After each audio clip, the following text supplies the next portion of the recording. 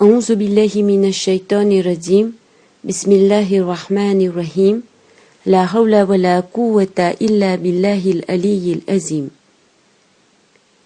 સર્વે મોમિનીન અને મોમિનાત વહાલા બચ્ચાઓ, અસ્સલામુ અલૈકુમ વરહમતુલ્લાહી વબરકાતુ. આજે તમારી સમક્ષ અઝાનના બારામાં બયાન કરવા ચાહું છું. આજે આપણે જોશું કે અઝાન ક્યાંથી આવી.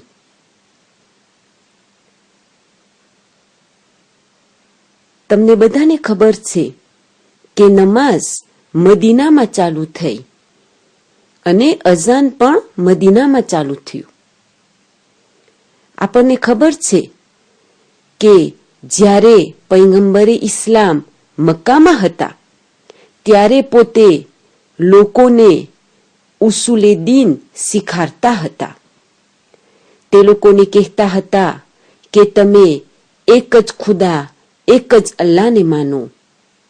તે લોકોને સમજાવતા હતા કે નબુવત એટલે શું અને આ રિસાલત જે એને અર્પણ કરવામાં આવી હતી તેના બારામાં માણસોને સમજાવતા હતા. માણસોને કહેતા હતા કે કયામતના દિવસે શું થશે અને કેવી રીતના આપણે તૈયારી કરીએ તે દિવસ માટે. તો આ જેટલા પણ ઉસુલે દીન હતા તેના ઉપર રસૂલલ્લાહ ભાર આપતા હતા જ્યાર સુધી કે પોતે મક્કામાં હતા. અને પછી જ્યારે પોતે મદીના હિજરત કરે છે, જ્યારે પોતે મદીના આવે છે ત્યારે જ પોતે ફુરુએ દીન લોકોને શીખારે છે.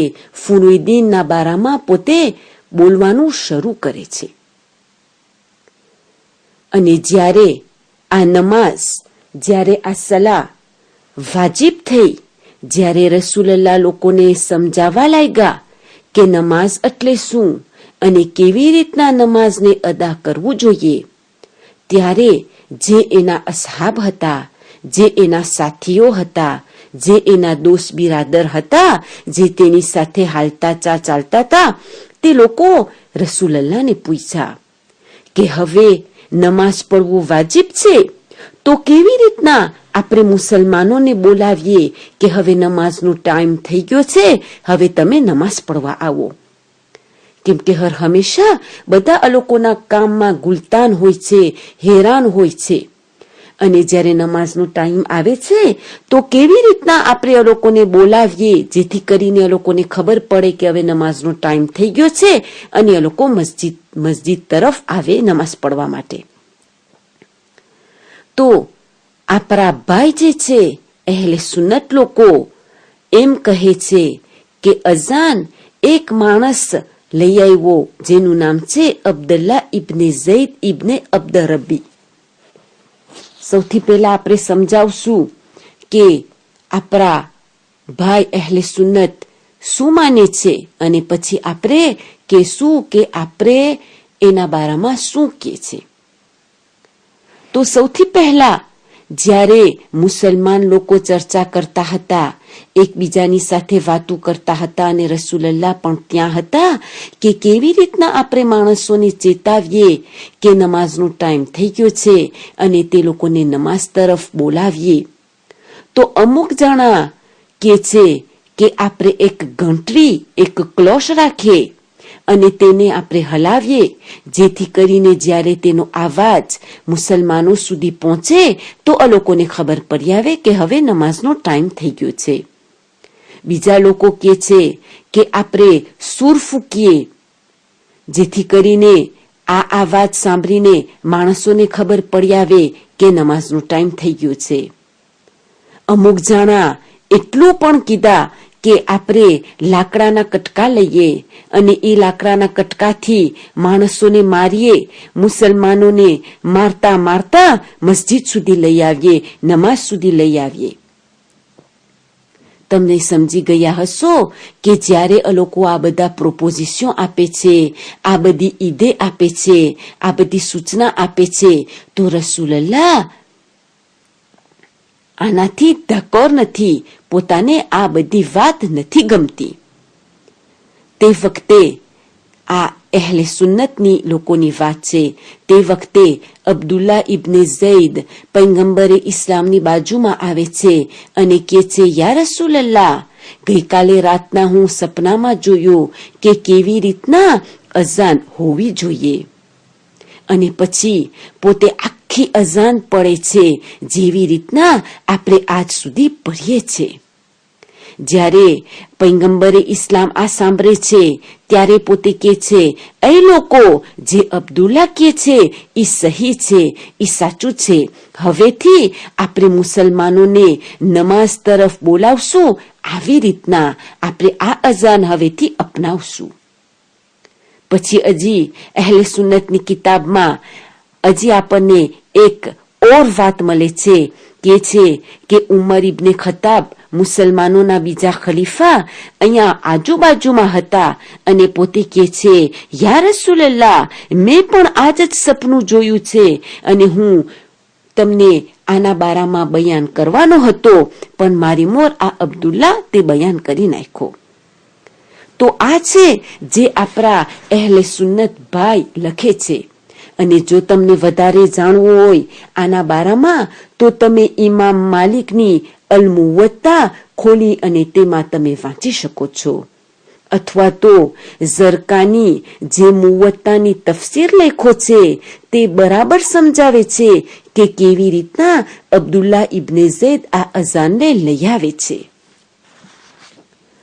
અહલુલ બૈતની સ્કૂલમાં આપણે આનાથી દાકોર નથી, આપણે આ વાતને નથી માનતા. શા માટે? સૌથી પહેલા જ્યારે આપણે આ હદીસ જોઈ છે, જ્યારે આપણે આ વાક્યો જોઈ છે જેમાં કહે છે કે અબ્દુલ્લા અઝાનને લઈ આવ્યો છે, તો આપણે જ્યારે ઇમામ બુખારીની સહીમાં જોઈ છે, સહી મુસ્લિમમાં જોઈ છે, તો આપણને આ વાક્યો નથી મળતો. એટલે કે અહેલે સુન્નતની જે ખાસ કિતાબો છે તેમાં આ વાક્યો મૌજૂદ નથી. આ વાક્યો આપણને ક્યાં મળે છે? બસ જે નાની નાની કિતાબ હોય જેને œuvre secondaire કહેવામાં આવે, જે ખાસ કિતાબ છે તેમાં નથી, પણ બીજી કિતાબોમાં આપણને આ મળે છે. બીજું, તારીખે ઇસ્લામમાં આપણને મળે છે કે અબ્દુલ્લા ઇબ્ને ઝૈદની દીકરી અથવા તો તેની બહેન ઉમર બિન અબ્દુલ અઝીઝ જ્યારે ખલીફા હતો ત્યારે તેની દીકરી અથવા તો તેની બેન તે તકલીફમાં હોય છે, અને પછી કેમ કે પોતે તકલીફમાં છે તો તે ખલીફાની મદદ માંગે છે. પણ પોતે કોઈ દિવસ એમ નથી કહેતી, જ્યારે પોતે મદદ માંગે છે તો કોઈ દિવસ પોતે નથી બોલતી કે મારો ભાઈ અથવા તો મારા પપ્પા ઈ છે કે જે આ દીનનું અઝાન લઈ આવ્યું છે. કેમ કે આ દીનનું એક સુતૂન છે નમાઝ, અને અઝાન એની એક સુતૂન છે.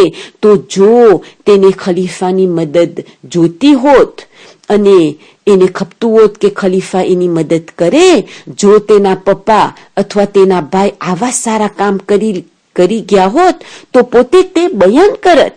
જ્યારે આપણે આવી હાલતમાં હોય છે તો આપણે બરાબર આપણે યાદ દેવરાવે છે, જેની પાસે આપણે માંગીએ તેને યાદ દેવરાવે છે કે મારા ફામી વાળા, મારા ભાઈ, મારા શૌહર, મારા પપ્પા એવી રીતના સારા આમાલ કરી ગયા છે. તો અજબની વાત છે. ત્રીજું આપણું પોઈન્ટ ઈ છે કે અજબની વાત છે કે પૈગંબરે ઇસ્લામ બીજા કોઈને ગોઈતા હોય અઝાન દેવા માટે, અઝાન લઈ આવવા માટે, હાલાકી પોતે જ તે કરી શકત.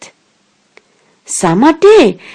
પૈગંબરે ઇસ્લામ પોતે જ અઝાન ના લઈ આવ્યા અલ્લાહ સુબ્હાનહુ વ તઆલા તરફથી.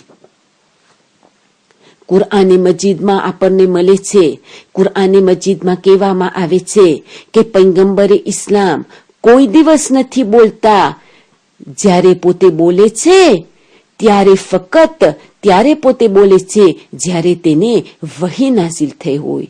એટલે જ્યારે પણ પૈગંબરે ઇસ્લામ કંઈ કહે છે તો તેના માટે પોતે કહે છે કેમ કે અલ્લાહ સુબ્હાનહુ વ તઆલાનો હુકમ છે.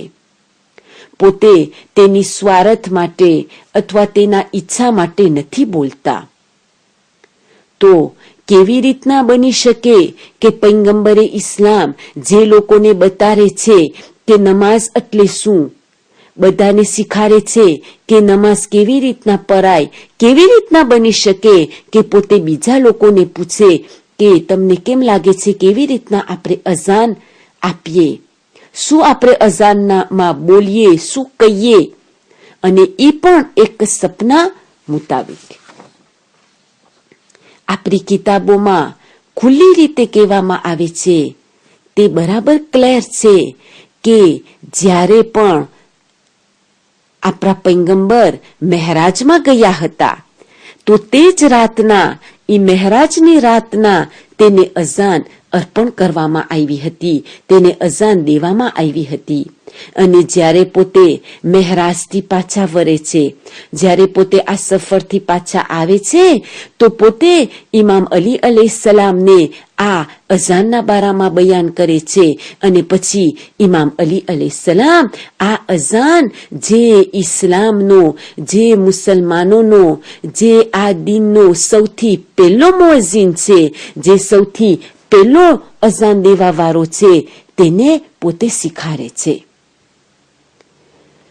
અલ્લાહ સુબ્હાનહુ વ તઆલાની બારગામાં આપણે દુઆ કરીએ, યા અલ્લાહ 14 માસૂમ અલૈહિસ્સલામના વાસ્તાથી અમને તૌફીક આપ કે અમે તારીખે ઇસ્લામને પઢીએ અને શીખીએ, જેથી કરીને અમારું ઇલ્મમાં વધારો થાય. ઇલાહી આમીન.